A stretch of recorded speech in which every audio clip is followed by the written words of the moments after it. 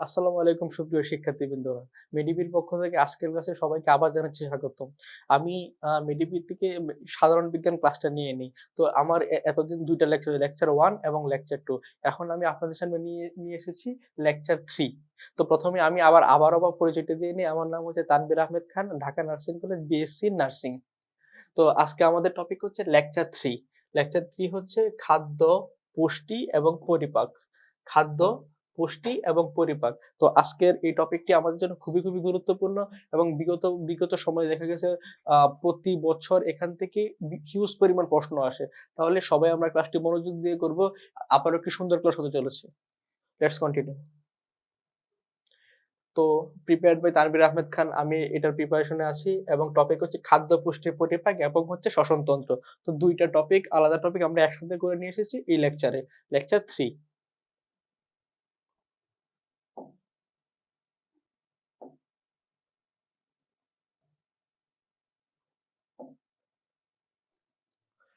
এখন খাদ্য, পুষ্টি, পরিপাক। তো খাদ্য সম্পর্কে আমরা কি বুঝি? খাদ্য সম্পর্কে আমরা কি বুঝি? আমরা যা খাই তাই কি খাদ্য? এখন আমি আমি এখন এখানে ১ বোতল পানি আছে। এটা আমি খেলাম। এটা হচ্ছে খাদ্য। কিন্তু আমরা সবসময় যা খাই তাই কি খাদ্য? না। তা কিন্তু খাদ্য না। আমরা যা আহার করি সেগুলো হচ্ছে আহার্য সামগ্রী। অর্থাৎ আমরা আহার করতেছি। কিন্তু খাদ্য হচ্ছে সেগুলাই যা হচ্ছে আমাদের দেহের ক্ষয়পূরণ হয়, বৃদ্ধি সাধন হয় এবং রোগ প্রতিরোধ ক্ষমতায় সাহায্য করে। যেমন বলি আমরা কাজ কি? কাজ বলতে বোঝায় কি যখন অ্যা এই যে এই একটা বস্তু আছে, যখন এই বস্তু এখান থেকে আমি এখানে নিয়ে গেলাম, অর্থাৎ বস্তুর অবস্থানের পরিবর্তন ঘটলো বাহ্যিক বল দ্বারা, তখন সেটা হয়ে যাবে কাজ। খাদ্যও সেম। যা আমরা গ্রহণ করব, এখন আমি যদি সারাদিন এই একটা ওয়ালের মধ্যে গিয়ে ওয়ালকে ধাক্কা দেই, ওয়াল কিন্তু একটু চুল পরিমাণে সরবে না। অর্থাৎ এখানে আমাদের বল প্রয়োগ হইছে কিন্তু কোন কাজ হয় নাই। খাদ্য বিষয়টা এমন যে যেটা গ্রহণ করলে আমাদের দেহের ক্ষয়পূরণ হবে, আমাদের বৃদ্ধি সাধন হবে এবং হচ্ছে আমাদের রোগ প্রতিরোধ ক্ষমতা বৃদ্ধি হবে, সেটাই হচ্ছে খাদ্য। আর এছাড়া যদি আমরা অন্য কিছু গ্রহণ করি যেটা এই ৩ টা কাজের বাইরে, সেটা হবে আহার্য সামগ্রী। তাহলে আমরা আমরা যেসব বস্তু আহার করি তাদেরকে আহার্য সামগ্রী বলে। কিন্তু যে সকল আহার্য সামগ্রী খাদ্য, কিন্তু সকল আহার্য সামগ্রী খাদ্য নয়। যেটা আমি একটু আগে বললাম। সকল আহার্য সামগ্রী কি নয়? সকল আহার্য সামগ্রী খাদ্য নয়।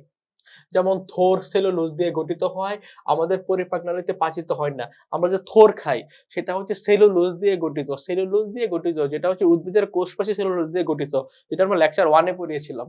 তো থোর সেলুলোজ দিয়ে গঠিত হয়, আমাদের পরিপাক নালীতে পাচিত হয় না। অর্থাৎ কি এখানে পরিপাক ক্রিয়া সম্পন্ন হয় না। এর ফলে এটি পুষ্টি সহায়ক নয়। সুতরাং সেইসব আহার্য সামগ্রীকে খাদ্য বলা যাবে যা দেহের পুষ্টি বৃদ্ধি সহায়ক এবং তাপ শক্তি উৎপাদনে সহায়তা করে। এবং আমি আরেকটা জিনিস বলছিলাম সেটা হচ্ছে আমাদের দেহের ক্ষয়পূরণ এবং হচ্ছে রোগ প্রতিরোধ ক্ষমতা বৃদ্ধি করে। অর্থাৎ আমরা আহার বা খাদ্য সেটাকেই বলবো যা হচ্ছে আমাদের দেহের পুষ্টি এবং বৃদ্ধি সহায়ক।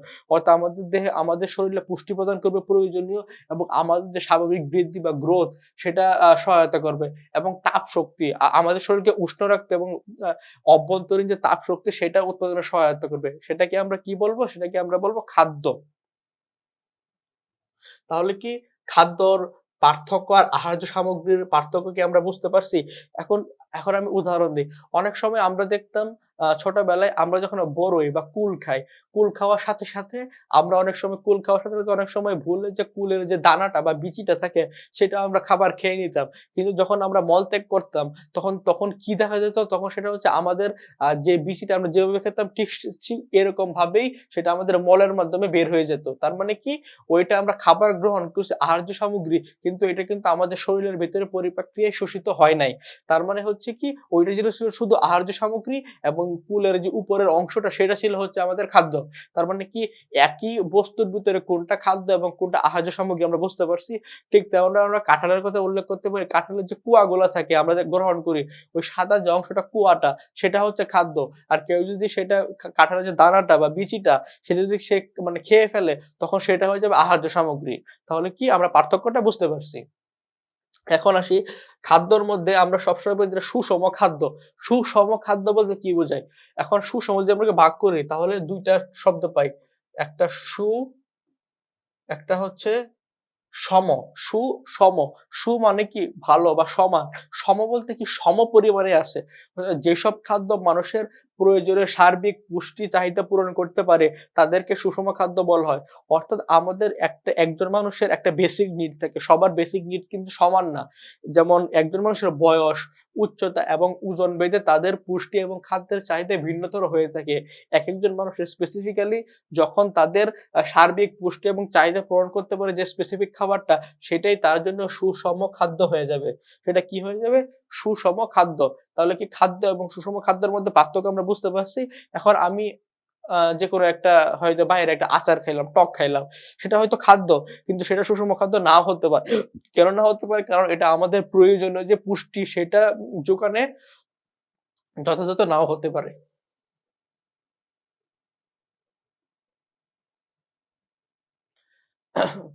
এখন আসি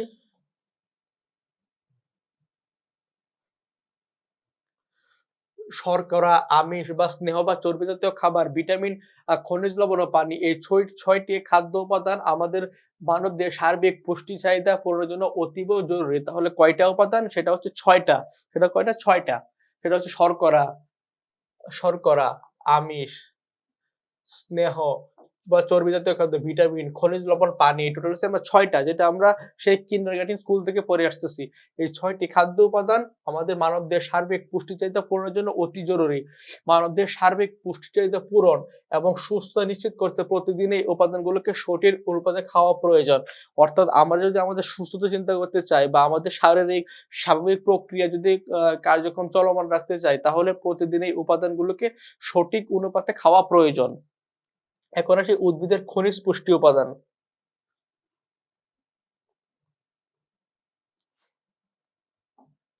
উদ্ভিদের খনিজ পুষ্টি উপাদান।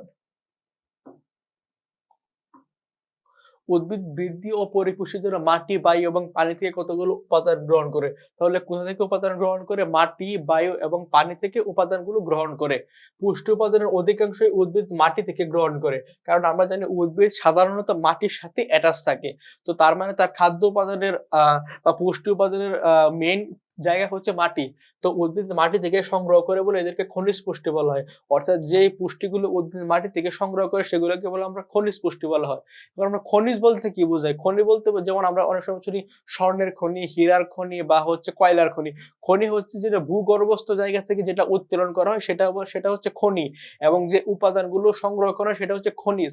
উদ্ভিদের ক্ষেত্রেও তাই। উদ্ভিদ ভূগর্ভস্থ অর্থাৎ মাটি থেকে যা সংগ্রহ করে যে পুষ্টি উপাদানগুলো সেগুলোকে বলা হচ্ছে খনিজ পুষ্টি। উদ্ভিদের প্রায় ৬০টি অজৈব উপাদান ৬০টি অজৈব উপাদান শনাক্ত করা হয়েছে। তাহলে পরীক্ষায় আসতে পারে উদ্ভিদে প্রায় কতটি অজৈব উপাদান শনাক্ত করা হয়েছে? সেটা হচ্ছে ৬০টি। তবে এই ৬০টি উপাদানের মধ্যে মাত্র ১৬টি উপাদান বৃদ্ধির জন্য একান্ত প্রয়োজনীয়। তার মানে কি ৬০টির মধ্যে ১৬টি উপাদান আর বাকি ৪৪টি এতটা গুরুত্বপূর্ণ না, গুরুত্বপূর্ণ তবে খুবই কম মাত্রায়।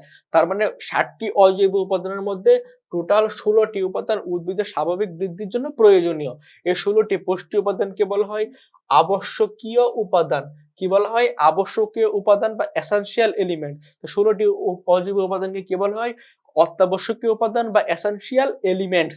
এই উপাদানগুলো সব ধরনের উদ্ভিদের স্বাভাবিক বৃদ্ধি, শারীরবৃত্তীয় কাজ এবং প্রজননের জন্য প্রয়োজন। তাহলে এই ১৬টি উপাদানে কি কাজ করে?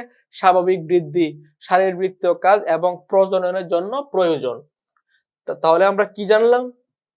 উদ্ভিদের টোটাল অজৈব উপাদান কয়টি? টোটাল অজৈব উপাদান হচ্ছে ৬০টি এবং এর মধ্যে ১৬টি হচ্ছে অত্যাবশ্যকীয় এবং এগুলোর কাজ কি? এগুলো হচ্ছে স্বাভাবিক বৃদ্ধি, শারীরবৃত্তীয় কাজ এবং প্রজননের জন্য খুবই প্রয়োজন। এই ১৬ উপাদান এই এই আবশ্যকীয় ১৬টি উপাদানের মধ্যে উদ্ভিদ কোনো উপাদান বেশি পরিমাণে গ্রহণ করে, আবার কোনো উপাদান কম পরিমাণে গ্রহণ করে। এটা আবার কেমন কথা? যে কোনো উপাদান কম পরিমাণে গ্রহণ করে, কোনো উপাদান আবার বেশি পরিমাণে গ্রহণ করবে। যখন আমরা ভাত খাই, আমরা দুপুরে ভাত খাই, তখন দেখা যায় আমরা স্বাভাবিকভাবে ভাতের পরিমাণটাই বেশি থাকে। তারপরে তরকারি, তারপরে হচ্ছে আমরা পানি খাই। তার মানে হচ্ছে এই ১৬ উপাদানের মধ্যে উদ্ভিদ কোনটা বেশি পরিমাণে গ্রহণ করে, আবার কোনটা হচ্ছে কম পরিমাণে গ্রহণ করে। তো উদ্ভিদ কর্তৃক অত্যাবশ্যক খনিজ পুষ্টির উপাদান নির্ভর করে এদেরকে দুই ভাগে ভাগ করা হয়েছে। একটা হচ্ছে ম্যাক্রোনিউট্রিয়েন্ট বা ম্যাক্রো উপাদান, একটা হচ্ছে মাইক্রোনিউট্রিয়েন্ট বা মাইক্রো উপাদান। অর্থাৎ এই ১৬টি উপাদানের মধ্যে যেই খাদ্য উপাদানগুলো সবচেয়ে বেশি উদ্ভিদ গ্রহণ করে সেগুলোকে বলা হয় ম্যাক্রোনিউট্রিয়েন্ট বা ম্যাক্রো উপাদান মানে বড়। আর যেগুলো কম পরিমাণে গ্রহণ করে সেগুলোকে বলা হয় মাইক্রোনিউট্রিয়েন্ট বা মাইক্রো উপাদান। তাহলে কোনটা ম্যাক্রো কোনটা মাইক্রো আমরা বুঝতে পারছি। সবসময় আমরা একটা জিনিস মাথায় রাখবো, মাইক্রো মানেই ছোট, মাইক্রো মানেই ছোট, আর ম্যাক্রো মানে হচ্ছে বড়। মাইক্রো মানে ছোট, ছোট মানে কি যেটা কম পরিমাণে লাগবে। এখন আসে ম্যাক্রোনিউট্রিয়েন্ট বা ম্যাক্রো উপাদান। উদ্ভিদের স্বাভাবিক বৃদ্ধির জন্য যেসব উপাদান বেশি পরিমাণে দরকার হয়, আমি কিন্তু একটু আগেই বললাম, বেশি পরিমাণে দরকার হয় সেগুলোকে বলা হয় ম্যাক্রোনিউট্রিয়েন্ট। যথা এখন আমরা ম্যাক্রোনিউট্রিয়েন্ট কি, ম্যাক্রো উপাদান হচ্ছে টোটাল 10টা। ম্যাক্রো উপাদান হচ্ছে টোটাল কয়টা? ম্যাক্রো উপাদান হচ্ছে টোটাল 10টা।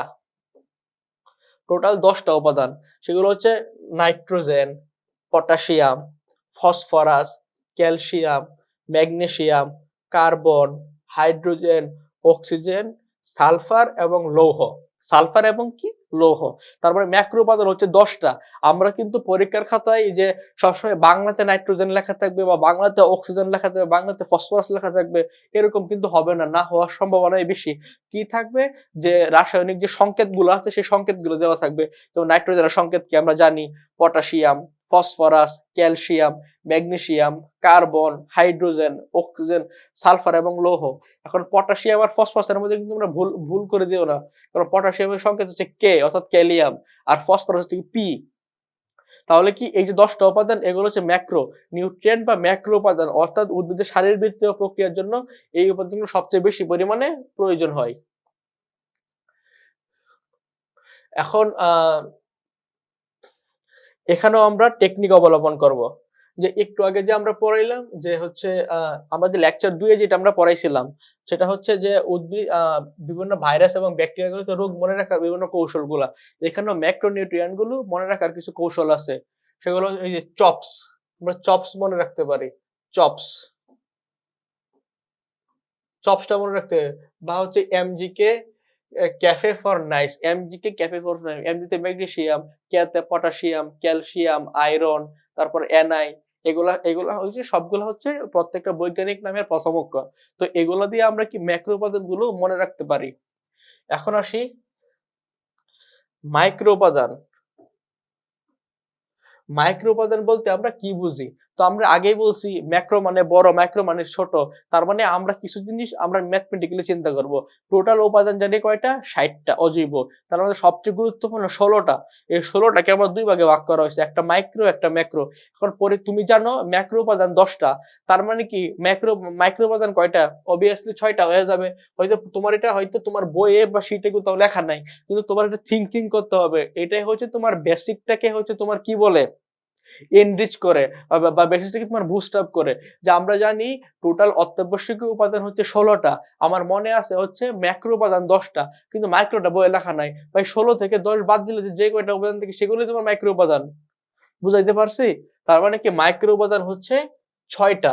আমরা কিন্তু এই ছোট ছোট কমন মিস্টেকের জন্য আমরা অনেক সময় পরীক্ষা নম্বর মিস হয়ে যায়। আমরা চিন্তা করি যে শুধু মাইক্রো উপাদান পড়ছি, কিন্তু তাহলে কি ম্যাক্রো উপাদান কয়টা হবে? আমরা যদি একটু কমন সেন্স খাটাই যে ওইখানে তো 10টা আছে, আর টোটাল উপাদান যেহেতু 16টা, তাহলে 16 মাইনাস 10, তাহলে বাকি 6টাই থাকবে মাইক্রো উপাদান। ওকে? তার মানে উদ্ভিদের স্বাভাবিক বৃদ্ধির জন্য যেসব উপাদান অত্যন্ত সামান্য পরিমাণে প্রয়োজন হয়, যেহেতু মাইক্রো তার মানে সামান্য পরিমাণে প্রয়োজন হয়, তাদেরকে বলা হয় মাইক্রোনিউট্রিয়েন্ট বা মাইক্রো উপাদান। মাইক্রোনিউট্রিয়েন্ট 6টি, যথা দস্তা বা জিঙ্ক, ম্যাঙ্গানিজ, মলিবডেনাম, বোরন, তামা বা কপার এবং ক্লোরিন। তামা বা কপার এবং ক্লোরিন। তাহলে মাইক্রোনিউট্রিয়েন্ট কয়টা? মাইক্রোনিউট্রিয়েন্ট টোটাল 6টা। একটা প্রথম হচ্ছে জিঙ্ক বা দস্তা, ম্যাঙ্গানিজ, মোলিবডেনাম, বোরন, তামা এবং হচ্ছে ক্লোরিন, এগুলো ফিক্সড। তাহলে কি আমরা কোনগুলো ম্যাক্রো উপাদান কোনগুলো মাইক্রো উপাদান আমরা বুঝতে পারছি? আশা করি আমরা সবাই বুঝতে পারছি। এখন আসি পুষ্টি উপাদানের উৎস। পুষ্টি উপাদানের উৎস, এই যে উদ্ভিদ যে পুষ্টি উপাদানগুলো গ্রহণ করবে তার তো স্পেসিফিক একটা উৎস প্রয়োজন। তো পুষ্টি উপাদানগুলোর মধ্যে কার্বন, অক্সিজেন বায়ুমণ্ডল থেকে গ্রহণ করে, যে আমরা যে বললাম কার্বন এবং অক্সিজেন, এগুলো বায়ুমণ্ডল থেকে উদ্ভিদ পায়। হাইড্রোজেন এবং অক্সিজেন পানি থেকে সংগ্রহ করে, অর্থাৎ অক্সিজেন বায়ু থেকেও পাই, উদ্ভিদ পানি থেকেও পাই, কারণ আমরা জানি কি পানির সংকেত হচ্ছে H2O। তার মানে কি পানিতে যেহেতু অক্সিজেন আছে, উদ্ভিদ এখান থেকে অক্সিজেন সংগ্রহ করতে পারে। অন্যান্য উপাদান মাটি থেকে মূলের সাহায্যে শোষণ করে, তার মানে কি বেশিরভাগ উপাদানগুলো উদ্ভিদ মাটি থেকে তার মূলের সাহায্যে শোষণ করে। এই উপাদানগুলো মাটিতে বিভিন্ন লবণ হিসেবে থাকে, কিন্তু উদ্ভিদ এগুলোকে সরাসরি লবণ হিসেবে শোষণ করতে পারে না, আয়ন হিসেবে শোষণ করে। এটা একটা গুরুত্বপূর্ণ এমসিকিউ, যে বিভিন্ন খনিজ উপাদান মাটিতে থাকে বিভিন্ন লবণ হিসেবে, কিন্তু উদ্ভিদের মূল বা মূল রূপগুলো এগুলাকে লবণ হিসেবে শোষণ করতে পারে না, এগুলোকে আয়ন হিসেবে শোষণ করে। কি হিসেবে শোষণ করে ভাইয়ারা? এটা হচ্ছে আয়ন। তাহলে আমাদের এটা মনে রাখতে হবে, উদ্ভিদ খনিজ উপাদানগুলো কি হিসাবে শোষিত হয়? সেটা হচ্ছে আয়ন। এখন কি আছে? Calcium ion, magnesium ion, ammonium ion, nitrate ion, potassium ion. ঠিক আছে? এগুলা উদ্ভিদগুলো কি হিসেবে? আয়ন হিসেবে শোষণ করে। এখন আমরা জানবো উদ্ভিদের পুষ্টিতে বিভিন্ন খনিজ উপাদানের ভূমিকা, যে উদ্ভিদের যে পুষ্টিগুলো গ্রহণ করে তার মধ্যে বিভিন্ন যে খনিজ উপাদান আছে সেগুলোর ভূমিকা কি? উদ্ভিদের স্বাভাবিক বৃদ্ধির জন্য বিভিন্ন খনিজ পুষ্টি গুরুত্বপূর্ণ ভূমিকা পালন করে। এখন সেগুলো আমরা একটা একটা করে ইন্ডিভিজুয়ালি জানবো। প্রথমে আসি আমরা নাইট্রোজেন।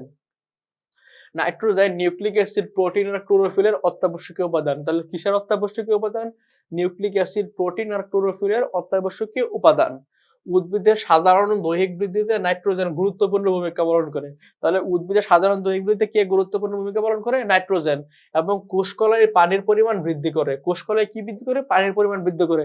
নাইট্রোজেনের অভাব হলে ক্লোরোফিল সৃষ্টিতে ব্যাহত হয়। তাহলে পরীক্ষায় আসতে পারে কিসের অভাবে ক্লোরোফিল সৃষ্টিতে ব্যাহত হয়? সেটা হচ্ছে নাইট্রোজেন। এবং ক্লোরোফিল সৃষ্টি ব্যাহত হলে খাদ্য প্রস্তুতে বাধাপ্রাপ্ত হয়, এবং খাদ্য প্রস্তুত বাধাপ্রাপ্ত হলে শ্বসন প্রক্রিয়ায় বিঘ্ন ঘটে এবং শক্তি নির্গমন হ্রাস পায়।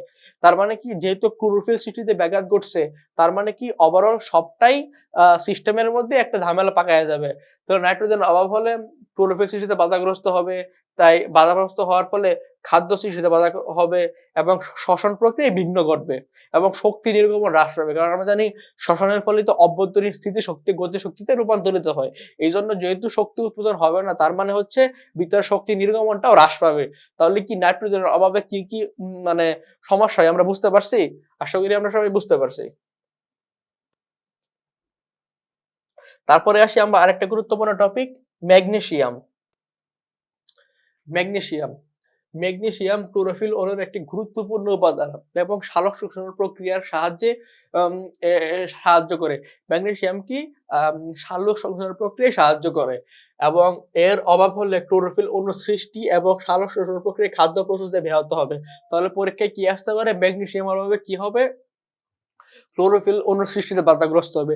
স্বাভাবিকভাবে যখন ক্লোরোফিল অণু সৃষ্টিতে বাধাগ্রস্ত হবে, সালোক সংশ্লেষণ প্রক্রিয়া ব্যাহত হবে।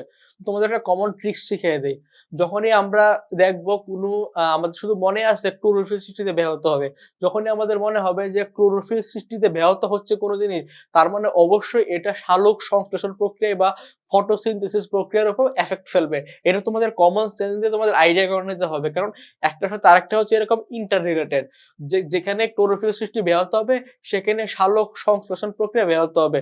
আর সালোক সংশ্লেষণ প্রক্রিয়া ব্যাহত হওয়া মানে কি, উদ্ভিদের যে ভিতরে অভ্যন্তরীণ শক্তি নির্গমনটা হ্রাস পাবে, যে কারণ সালোক সংশ্লেষণ প্রক্রিয়া স্থিতি শক্তি গতি শক্তিতে রূপান্তরিত হয়। তারপরে পটাশিয়াম। উদ্ভিদের বহু জৈবিক বিক্রিয়া পটাশিয়াম সহায়ক হিসেবে কাজ করে। পত্ররন্ধ্র খোলা এবং বন্ধ হওয়ার ক্ষেত্রে পটাশিয়ামের গুরুত্ব অপরিসীম। এই যে আমাদের পত্ররন্ধ্র, পাতার ছিদ্রগুলা খোলা এবং বন্ধ হওয়ার ক্ষেত্রে পটাশিয়াম সবচেয়ে বেশি গুরুত্বপূর্ণ ভূমিকা পালন করে। পটাশিয়াম উদ্ভিদের পানি শোষণে সাহায্য করে। উদ্ভিদ যে মূল থেকে পানি শোষণ করে, সেটা সাহায্য করে কে? পটাশিয়াম। এবং কোষ বিভাজনের মাধ্যমে উদ্ভিদের বৃদ্ধি নিয়ন্ত্রণ করে কে? পটাশিয়াম। কে নিয়ন্ত্রণ করে? পটাশিয়াম। এবং পটাশিয়াম কি করে? এটি মূল, ফুল ও ফল উৎপাদন এবং বর্ধনে সাহায্য করে। পটাশিয়াম কি করে? উদ্ভিদের মূল, ফুল এবং ফল উৎপাদনের কি বর্ধনে সাহায্য করে। তারপর আরেকটি গুরুত্বপূর্ণ টপিক হচ্ছে ফসফরাস। মূল বর্ধনের জন্য ফসফরাস অত্যন্ত প্রয়োজনীয় উপাদান।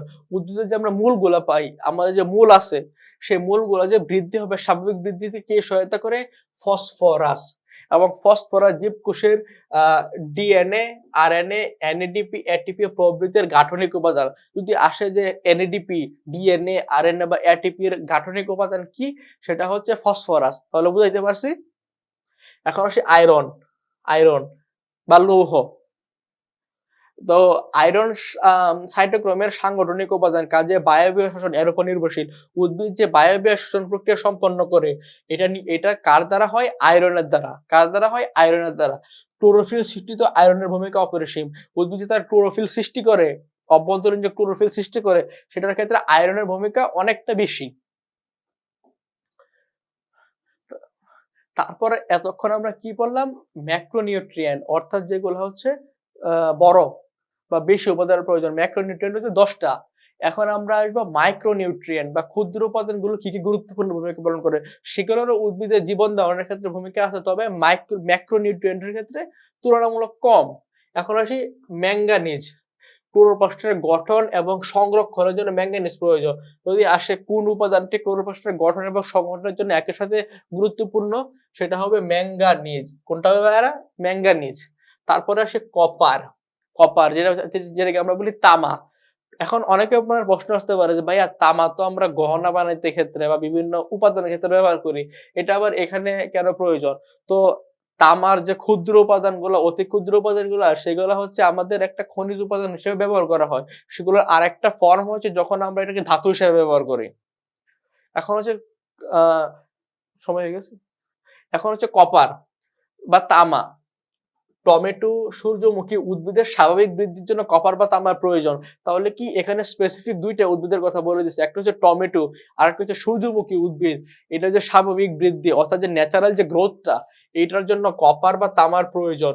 শ্বসন প্রক্রিয়াও উপরও কপারের প্রভাব উল্লেখযোগ্য, অর্থাৎ উদ্ভিদের যে শ্বসন প্রক্রিয়া হবে তার মধ্যে কপারের আংশিক ভূমিকা আছে, কিন্তু কপারের মেন কার্যক্রম হচ্ছে কি? টমেটো এবং সূর্যমুখী উদ্ভিদের জন্য স্বাভাবিক প্রক্রিয়ার জন্য কপার এবং তামার প্রয়োজন আছে। তারপরে আসি বোরন। উদ্ভিদের সক্রিয়ভাবে বর্ধনশীল অঞ্চলের জন্য বোরন প্রয়োজন। চিনি পরিবহনে বোরন পরোক্ষ প্রভাব বিস্তার করে।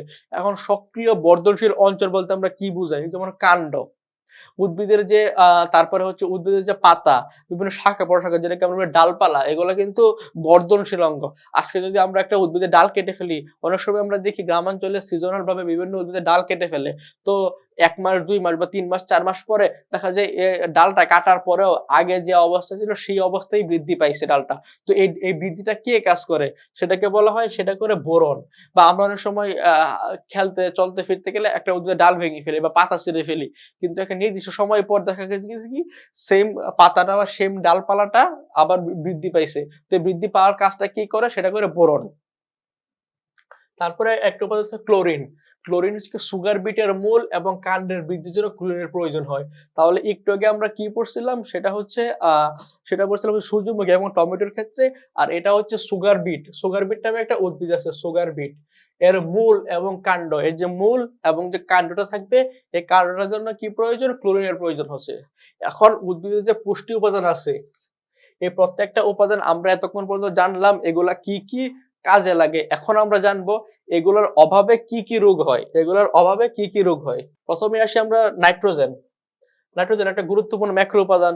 তো কি নাইট্রোজেনের অভাবে ক্লোরোফিল সৃষ্টিতে বিঘ্ন ঘটে। আমি কিন্তু একটু আগেই বলছিলাম ক্লোরোফিল হচ্ছে এমন একটা অঙ্গাণু যেটার কারণে তোমার সবগুলা প্রক্রিয়া ক্রমান্বয়ে ব্যাহত হবে। ক্লোরোফিল সৃষ্টিতে বিঘ্ন হলে তার শ্বসন সালোক সংশ্লেষণ প্রক্রিয়া ব্যাহত হবে। ক্লোরোফিলের অভাবে পাতার সবুজ রং হালকা হতে শুরু করে একসময় হলুদ হয়ে যায়। পাতা হলুদ হয়ে যাওয়ার প্রক্রিয়াকে বলে ক্লোরোসিস। গুরুত্বপূর্ণ একটা এমসিকিউ। আমরা কি জানি? ক্লোরোফিল হচ্ছে উদ্ভিদের রং বর্ধক বা রঞ্জক পদার্থ হিসেবে কাজ করে। যখন ক্লোরোফিলের ঘাটতি হবে, তখন যে উদ্ভিদের সবুজ পাতা হবে সেটা হচ্ছে একসময় হালকা হয়ে যাবে, হালকা হতে হতে হলুদ হয়ে যাবে। এবং এই যে উদ্ভিদের পাতা যে সবুজ থেকে, এই যে আমি দেখে এটা ধরো উদ্ভিদের একটা পাতা, এটা হচ্ছে উদ্ভিদের একটা পাতা, এটা হচ্ছে স্বাভাবিক প্রক্রিয়ায়। যখন এটা হচ্ছে ক্লোরোসিস হয়ে যাবে, তখন পাতাটা এরকম হয়ে যাবে। বুঝাইতে পারছি? এরকম হয়ে যাবে। তো উদ্ভিদের সবুজ পাতারা যখন হলুদ পাতায় রূপান্তরিত হয়ে যাবে বা রোগের কারণে নাইট্রোজেনের অভাবে, তখন এটাকে বলা হবে ক্লোরোসিস। এটাকে কি বলা হবে? ক্লোরোসিস। তাহলে নাইট্রোজেনের অভাবে কি কি হয় আমরা বুঝতে পারছি। আরো কিছু বাকি আছে। লৌহ, ম্যাঙ্গানিজ বা দস্তার অভাবে ক্লোরোসিস হতে পারে। মানে লৌহ, ম্যাঙ্গানিজ বা দস্তার অভাবে ক্লোরোসিস হতে পারে, কেননা এগুলা ক্লোরোফিল উৎপাদনের সাথে কোনো না কোনো ভাবে জড়িত। তবে সবচেয়ে বেশি নাইট্রোজেন, তারপরে যদি কোনো স্টেপ আছে সেগুলো হচ্ছে লৌহ, ম্যাঙ্গানিজ বা দস্তা ক্লোরোসিস হতে পারে। এগুলো ক্লোরোফিল উৎপাদনের সাথে কোনো না কোনো ভাবে জড়িত। ক্লোরোসিস কোষের বৃদ্ধি এবং বিভাজন হ্রাস পায়। ক্লোরোসিসের কারণে কোষের বৃদ্ধি এবং কি বিভাজন হ্রাস পায়। তাই উদ্ভিদের বৃদ্ধি কমে যায়। যখনই ক্লোরোসিস হবে, উদ্ভিদের কোষের বৃদ্ধি এবং যে বিভাজন হবে সেটা হ্রাস পাবে। এজন্য উদ্ভিদের বৃদ্ধিও কমে যায়। অনেক সময় দেখা যায় অনেক উদ্ভিদ ঠিক মতো তার গ্রোথটা হইতেছে না। এটার কারণ হচ্ছে ক্লোরোসিস। তারপরে আমরা আসি ফসফরাস। ফসফরাস ফসফরাসের অভাব হলে পাতা বেগুনি হয়ে যায়। ফসফরাসের অভাব হলে পাতা, সবুজ পাতা এরকম বেগুনি হয়ে যায় কিছুটা। ফুল তো হয় না, কিছুটা এরকম সবুজ পাতা কি হয়ে যায়, এরকম বেগুনি হয়ে যায়। পাতায় মৃত অঞ্চল সৃষ্টি হয়, এমনকি পাতা, ফুল, ফল ঝরে যেতে পারে। এমন কি হতে পারে? পাতা, ফুল, ফল ঝরে যেতে পারে। তাহলে কি হয়? ফসফরাসের অভাবে উদ্ভিদের পাতা সবুজ থেকে কি হয়, হালকা বেগুনি হয়ে যায়, ঠিক আছে। এবং পাতায় মৃত অঞ্চল, অর্থাৎ অনেক সময় দেখা যায় এই যে একটা পাতা, এই পাতার স্পেসিফিক এই যে পাতাটার স্পেসিফিক অংশ একটু মারা যায়, তো এই আংশিক অংশ যে মারা যাবে, মৃত অঞ্চল সৃষ্টি হয় এবং কি পাতা এবং ফুল ঝরে যেতে পারে। এটা কিসের অভাবে হয়? এটা হয় ফসফরাসের অভাবে। তারপরে আসে পটাশিয়াম। পটাশিয়ামের অভাবে পাতার শীর্ষ এবং কিনারা হলুদ হয় এবং মৃত অঞ্চল সৃষ্টি হয়। বিশেষ করে পাতার শিরার যে মধ্যবর্তী অঞ্চল আছে সেখানে হয় ক্লোরোসিস হয়ে হলুদ বর্ণ ধারণ করে। পাতার কিনারায় পুড়ে যাওয়া সদৃশ বাদামি রং দেখা যায় এবং পাতা কুঁকড়ে আসে। অনেক সময় দেখা যায় পাতা এরকম এরকম জড়ায়া যায়, ঠিক আছে, এরকম পেঁচায়া যায়, কুঁকড়ায় আসে। এটা হয় কিসের অভাবে? পটাশিয়ামের অভাবে। এবং বৃদ্ধি কম হয়ে শীর্ষ ও পার্শ্বমুকুল ঝরে যায়। শীর্ষ এবং পার্শ্বমুকুল ঝরে যায়। তাহলে আমরা নাইট্রোজেনের অভাবে কি হয়? নাইট্রোজেনের অভাবে ক্লোরোফিল সৃষ্টিতে বাধাগ্রস্ত হয় এবং সবুজ রং হালকা হয়ে যায় এবং হলুদ হয়ে যায়। এই হলুদ হয়ে যায় কি বলা হয়? ক্লোরোসিস। ক্লোরোসিসের অন্যান্য উপাদানের কারণে হতে পারে, সেটা হচ্ছে লৌহ, ম্যাঙ্গানিজ বা দস্তা। এগুলো ক্লোরোফিল উৎপাদনে সমানভাবে গুরুত্বপূর্ণ, তবে পরিমাণে তুলনামূলক কম। তারপরে ফসফরাসের হবে পাতায়, সবুজ পাতা এরকম বেগুনি হয়ে যায় এবং পাতায় বিভিন্ন মৃত অঞ্চলের সৃষ্টি হয়। এর ফলে এমনকি পাতা, ফুল, ফল ঝরে যেতে পারে। তারপরে আমরা কি বললাম? পটাশিয়াম হবে। পটাশিয়ামের পাতার যে শীর্ষ, এই যে মাথাটা, এই যে শীর্ষ, এটা এবং কিনারা, এই যে কিনারাটা কি হয়ে যায়? কিনারাটা এরকম হালকা, এই যে হালকা হলুদাভ হয়ে যায় এবং পাতাটা কুঁকড়ায় আসে। এই যে পাতাটা এরকম অনেক সময় পেঁচায়া যায়। এরকম পাতাটা একটু কি হয়? পেঁচায়া যায়। এবং উদ্ভিদের বৃদ্ধি কম হয়, শীর্ষ এবং পার্শ্বমুকুল ঝরে যায়। শীর্ষ এবং পার্শ্বমুকুল ঝরে যায়। আচ্ছা, তো উদ্ভিদের কোনটার অভাবে কি হয় আমরা এতক্ষণ জানলাম। এখন আসি খাদ্য উপাদানে শক্তি, বিএমআর এবং বিএমআই এর যে ভূমিকা, এগুলা। এখন আমরা যে খাদ্য উপাদানগুলো আছে এগুলোর কিন্তু একটা ম্যাথমেটিক্যাল মেজারমেন্ট আছে বা ম্যাথমেটিক্যাল টার্ম আছে। এগুলো বিএমআর এবং বিএমআই দ্বারা ভাগ করা হয়। তাহলে এখন আমরা জানবো কি বিএমআর এবং বিএমআই।